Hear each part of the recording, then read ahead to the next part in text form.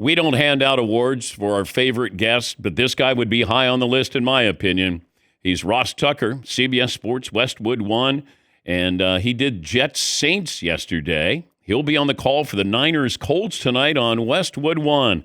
Round of applause for a great year for Ross Tucker. Yes.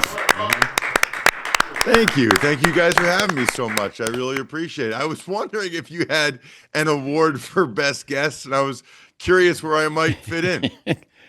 Should we start one where we put maybe our top 5 or 6 people who join us all the time? And maybe we'll do that.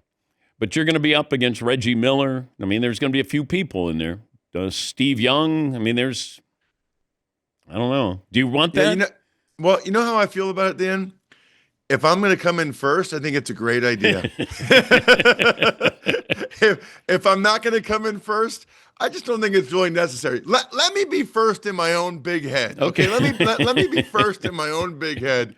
I'll just assume, based on the feedback I get from your great listeners, that I'm number one. You don't need to have an official vote and ruin my expectations. Okay, if I said, who do you believe in the most, and I put those teams up there, so the Texans, Jags, Broncos, Patriots. Who's first? Right now, I would say the Jacksonville Jaguars. Okay. And I know you guys said last, and I know you're not believing them. They are really good. I mean, I watched them a lot because last week I did Jets-Jags, okay? Think about this for a second. In a 5-game stretch, Trevor Lawrence didn't have to play in the end of the fourth quarter in 4 of those 5. These are NFL games. This is NFL teams. This is not a Power 4 versus a group of 5 or whatever anybody wants to talk about. These are NFL teams where 4 games out of 5, the Jags were able to put Nick Mullins in the game. Then you go out to Denver and you dominate the Broncos like the Jaguars did. Their offensive line's playing very well. This is the best we've ever seen Trevor Lawrence play. Their weapons are a lot better than people realize. Parker Washington can play. Brenton Strange, the tight end, can play. They're like, Jacoby Myers is kind of like that guy that's always been just okay, but people don't really.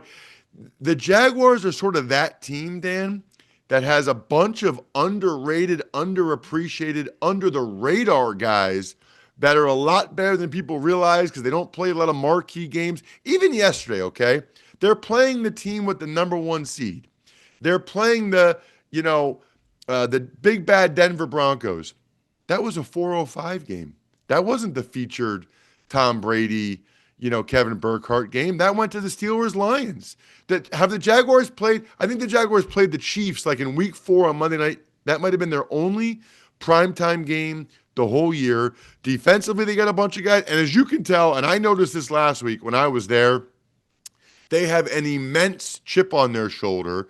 Liam Cohen, he's from Rhode Island, okay? He's got that New Englander in him. He takes offense to everything. He doesn't discriminate. He just takes offense to everything. He even drops the line about, for a small market team like us, it wasn't even a knock by Sean Payton. Sean Payton was just being honest and realistic. So they'll take any little edge they can. And I know people sit here and think, does that really make a difference? Yeah, it does. It just stokes your fire a little bit more every day. It's not really about the game. It's about every day during the week giving you the edge to prep just a little bit harder.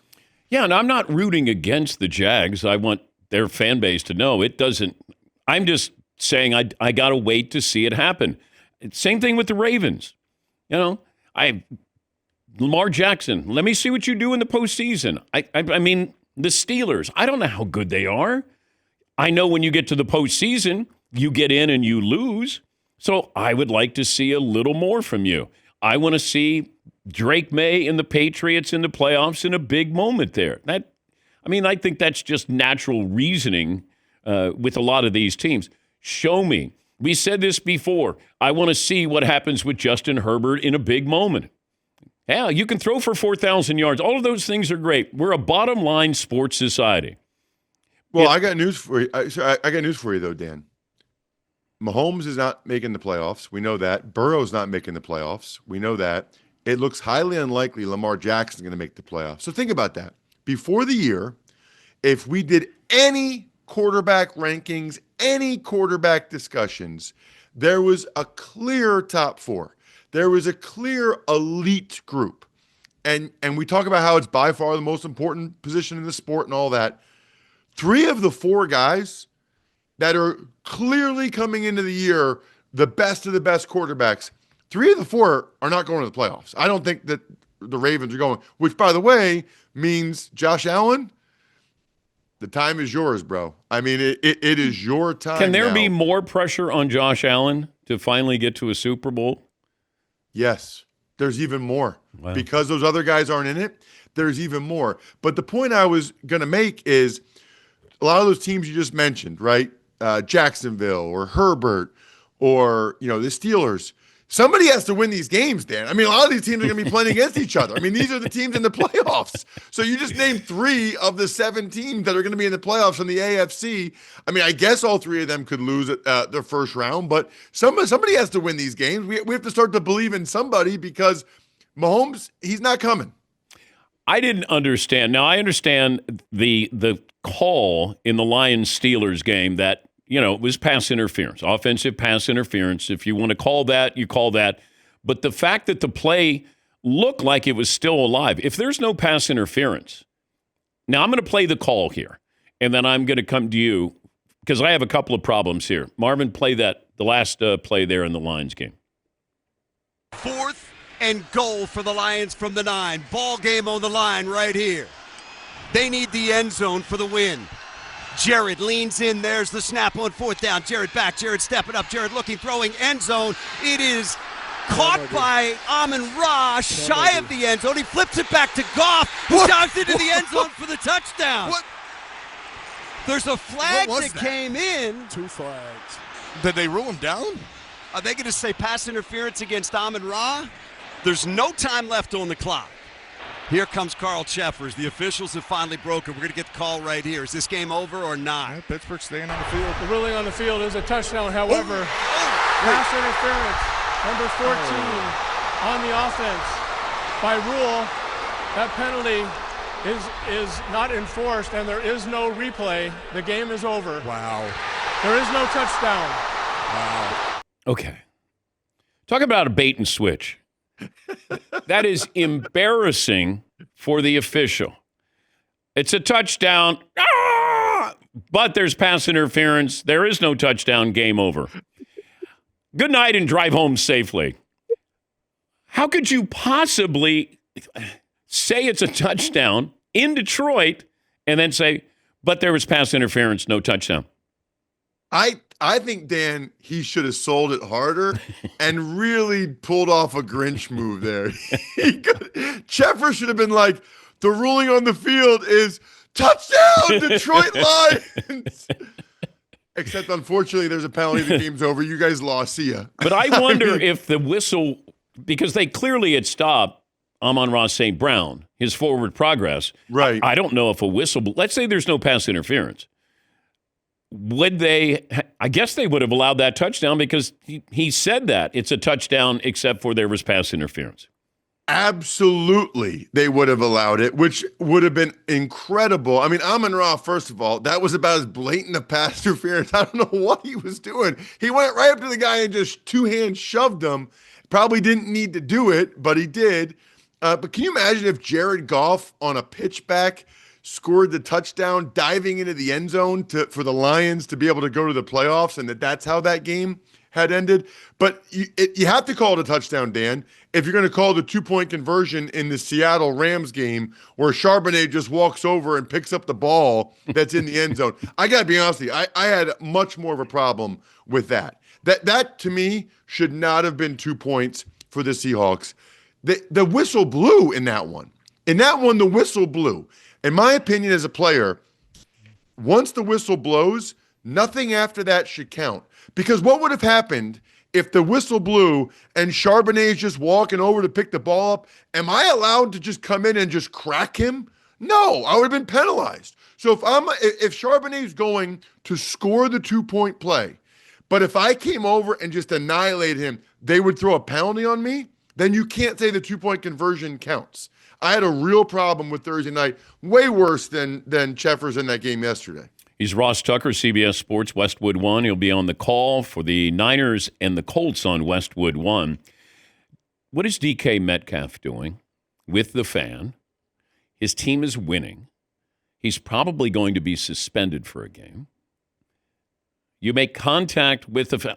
I know fans say a lot of bad things, negative things, but you can't take matters into your own hands. What do you think the NFL does? I think that they probably will suspend him because this is a lot different than the fan initiating physical contact or the fan, somehow coming on the field or anything like that.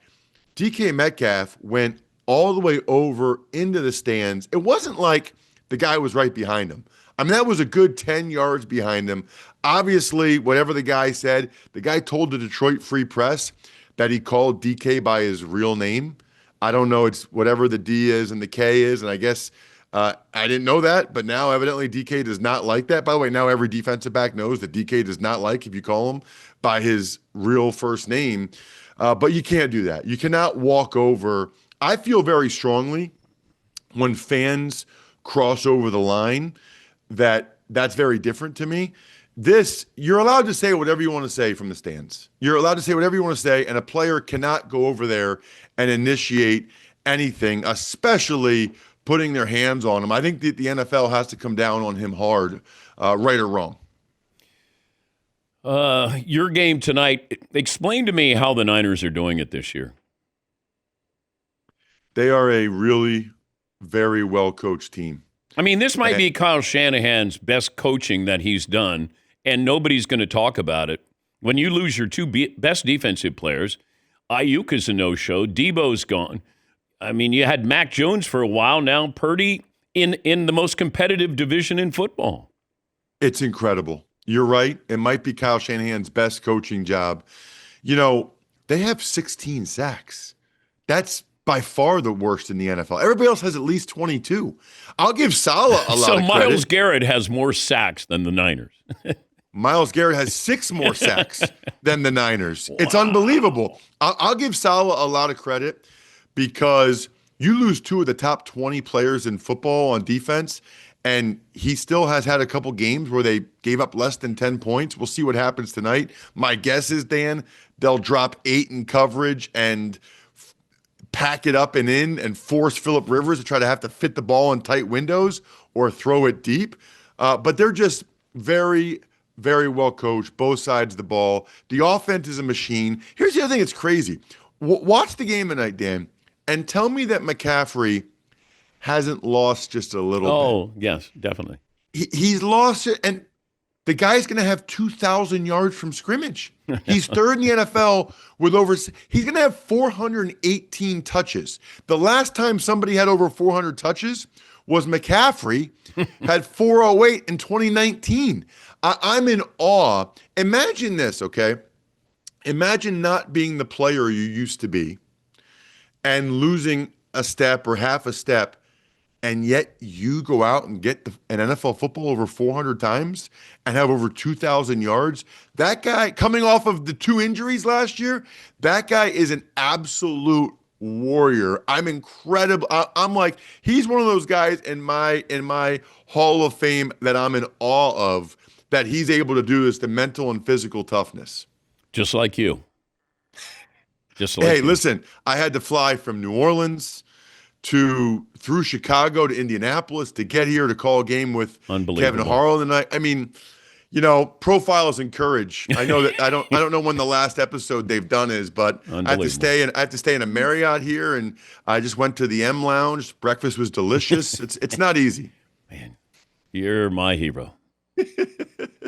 Thank you, buddy. Merry Christmas to you. Safe travels. Yeah, Merry Christmas, guys. Thank you. That's Ross Tucker. That's why he's one of our favorites there. He'll be on the call in Westwood One Radio. That'll be the Niners Colts coming up tonight. We'll take a break. Play of the day next, and your phone calls right after this.